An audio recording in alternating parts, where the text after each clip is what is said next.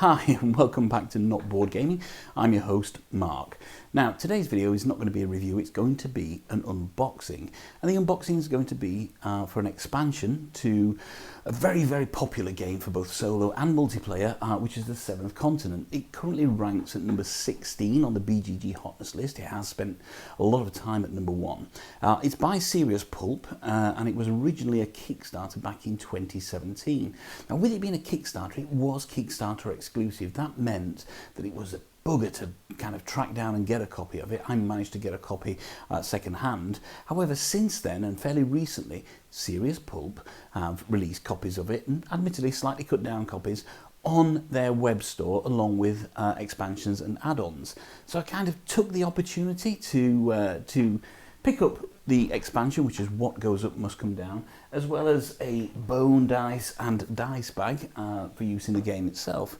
So today we're not going to concentrate on the main game, we're going to concentrate on the expansion, which is What Goes Up Must Come Down. Now I will caveat this by saying I've played Seventh Continent a number of times and people absolutely love this game. It's yet to truly grab me. It is a choose your own adventure game. It's played by placing a series of cards which eventually create a wonderful map, and your aim is to work through the map and kind of navigate your way across this land and lift the curse or curses that have been placed there. You can play one of a number of characters ranging from H.P. Lovecraft through to Frankenstein, and you interact with the environment and you solve puzzles and you will die, and then when you do die you literally start all over again, but you're remembering what you've done the last time. You kind of make different choices as you go through the path. The games can last a long time. I think the opening game, the Voracious Goddess, which is the recommended curse, can take 4, 5, 6 hours to play through the entire thing. Now, it does have a fantastic save system, so that means that you're not actually linked to the game. You don't have to leave it out for the kind of 7 hours. If you're a gamer like me, generally on a large game that will play over a number of hours, I like to do a few sessions rather than sitting there and playing through all in one go. So as you can see, to start off with then, the box is absolutely, in comparison and exactly identical in size to the base game of the Seventh Continent. Here we have the Seventh Continent in black and the expansion What Goes Up Must Come Down in white. And as you can see, the boxes are absolutely identical. And the artwork on the front, I mean, it's relatively basic, but it evokes something special inside the box. And irrespective of my own feelings about how I've played the game so far, the box and the contents and the direction that the art goes in inside, it's a wonderful looking box. Okay, so I'm not going to go into this box. What we'll do is we will now look inside the box of What Goes Up Must Come Down and inside the bone dice and dice bag and give you an overview of the contents. Okay, so as discussed and as you can see, the box size is absolutely identical in every way to the base game of the Seventh Continent, which is great. Obviously on the shelves it's going to look absolutely fantastic. I'm not going to go into the contents of the Seventh Continent because there are enough videos out there that actually give you an idea on what's inside, and this will be spoiler free, so once we have a look inside the box there'll be certain things that I'll be able to show you, and other things such as the individual cards I will keep onto the numbered side only. So let's have a look inside the box itself. And as I say, it's a beautiful looking box. It gives you minimal information on the box itself. Obviously there's the developer, Serious Pulp, a little bit about the website there, and also tells you that it's for 1 to 4 players, aged 14 and up. But it is a lovely, sturdy box. Okay, so here we go. Here's the crowning moment. Let's have a look inside the box itself. This is always very nervous. I took the shrink wrap off prior to this video, but this is the first time I'm looking inside the box of the contents. Okay, so what have we got here? We have, in French and in English, a little bit to the backers. So, dear backer, explorer, curse victim, this adventure, and what an adventure it has been, is over for us, but for you it has only just begun. Reprinting the core box, which should have been nothing more than a simple formality, turned out to be more complicated than we would have expected. We even thought we were cursed ourselves when, after finding out that the card's colour issue a card size issue came to light as well, and then Ludovic slipped on ice, hurting his hand, his drawing hand of course. So this will be the artist, I should imagine, and there was an issue in the original Seventh Continent where some of the cards were a slightly different colour, and it sounds like there was also a size issue also. Now Serious Pulp did, to all backers of Seventh Continent, deliver a set of replacement cards for them, which I think is just an absolute wonderful piece of customer service there. To thank you for your understanding and patience, we, along with the Panda, the manufacturer of the game, would like to offer you a special gift, an additional figure and its card for everyone's favourite companion, the goat. So it sounds like we're going to get a goat figure in here. Along with our thanks, we want you to know that we had a lot of fun creating the 5 new cursors for this box. It was a real and exciting challenge to find new gameplay elements and situations to plunge you into, all whilst ensuring its compatibility with the original content. Even as we write this, we're looking forward to a sleep and we applaud that the fruits of our labours will be to your satisfaction. Not applaud, we hope and pray, sorry, that the fruits of our long labours will be to your satisfaction. We can now begin working on our new project, also based off our Choose Your Own Path system, a new game in a new universe that we'll bring soon on Kickstarter. Up until then, we wish you nothing but epic adventures upon the 7th continent. Ludovic and Bruno. What a great little note there. So, what else have we got in here? So, it is called What Goes Up Must Come Down, and that obviously hints that there is an element of something going up in there, and as you can see, we have cardboard punch-outs for what looks like to be a hot air balloon. There are some additional tokens here. I don't know if these are explorers. Absolutely no idea what that is.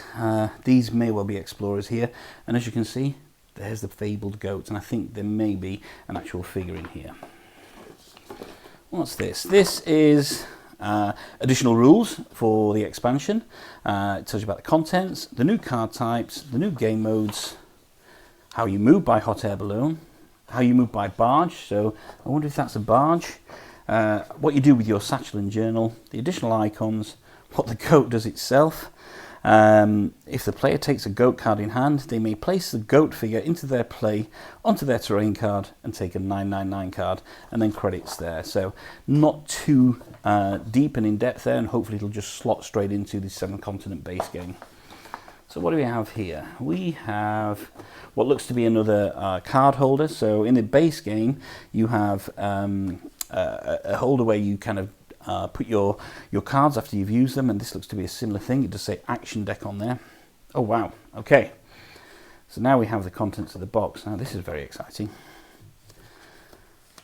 Wow, it's some kind of book. Oh, and it's where you will put some of these cards. Obviously they will fit nicely in there. I'll try and show the action side of the cards. Wow, I wasn't expecting that in there. That's a fantastic looking little journal that you have there. How it's used, I don't know at this stage, but we'll come back to that at a later point. You've got the plastic stands for the standees, as well as the bigger one. I can assume that they're for the hot air balloon. And here we have some figures. So these will be the new explorers. Who they are, I don't know. And there we go. We have the fabled goat. I'm kind of looking forward to playing with that guy. Yeah. So here we have what I assume. Okay. It's the basket to the hot air balloon by the looks of it. There. I don't know if you can see this, and let me try and get into this here. Okay. It looks to be some sort of basket. So if you remember on the hot air balloon, it looked like it was 2 pieces of cardboard that interlocked on each other. I think it will go in there. What that will be, I don't know. But as you can see, that's definitely for the hot air balloon, as it has ballast bags and a propeller of some sort on one side. That's kind of neat. What we have here, these will be the dividers for the game itself. So, as with the 7th Continent, if you're familiar with it, the cards are all numbered, and the numbers and each card goes in between these dividers, so you know where to find the cards. And these, of course, are the exploration cards that you put down as well. And there's a little bit of detail on the hot air balloon, which says, when the balloon figure is no longer in play, this divider helps you know which terrain card the balloon is on, the one that is right behind this. Okay. So a little bit of extra information about the balloon itself. There are more card trays, and these are great. I mean, in the base game, the cards fit wonderfully in here. You keep a good storage system in there. It helps you maintain kind of the integrity of the game itself. That's what the figures came in. Here we have some action cards and some details on the curse. Unfortunately, this one doesn't give anything away. It just says the curse is Armageddon. What that curse is, I don't know at this stage. And then we have a number of cards, and these are your cards for laying down. So you have your exploration cards and you have your numbered cards, which detail what's on the terrain. So when you put these down, you put them you take them out and you put them on the on your playing area, and this will build up the world underneath it. I don't want to give any of those away, so let's just have a look. It's quite a few packets here. What you find with Seventh Continent is that you do get a lot of content for your money, and you have to in reality, because it is a choose your own adventure style game. Here we go, last packet of cards without giving anything away. You've got your green and your gold cards which swap over. Do you know what? I'm genuinely impressed by this. That's a hell of a lot of content. I think I paid around about £45 for this. That's a hell of a lot of content to add into the already huge base game. Going back to my earlier statement, as I say, it hasn't really grabbed me as of yet, but I am looking forward to getting back into the base game of the Seventh Continent and playing with some of this new content as well.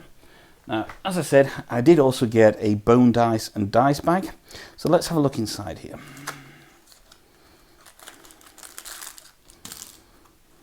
Oh, wow. That's kind of neat. So we have a small dice bag, which has got the Seventh Continent logo on there, and a number of bone dice. So let's have a look in here. So in the game itself, you use dice to kind of denote how many uses of a particular item that you've got. And here you can see this is 1, 2, 6, 5, 3, and 4. And there are 1, 2, 3, 4, 5, 6, 7, 8 of those, and those will fit nicely in the dice bag. In fact, let's do that right now.